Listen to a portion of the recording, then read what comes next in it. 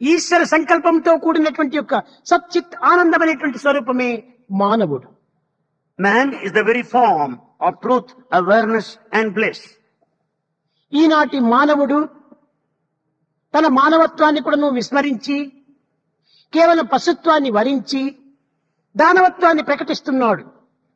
Man today has forgotten his human quality. He is following the bestial temperament and acting like a demon. ఈనాటి పెద్దల యొక్క వాక్యములు కాని ఉపదేశములు కాని ఏమాత్రం కూడాను గౌరవించటం లేదు ఈనాటి మానవుడు. Man today is not respecting the teachings of the noble souls, elders. ఈనాడు ప్రపంచములో మహనీయుల యొక్క విగ్రహములను ప్రతిష్ఠిస్తున్నారు. Today we install the statues of noble people.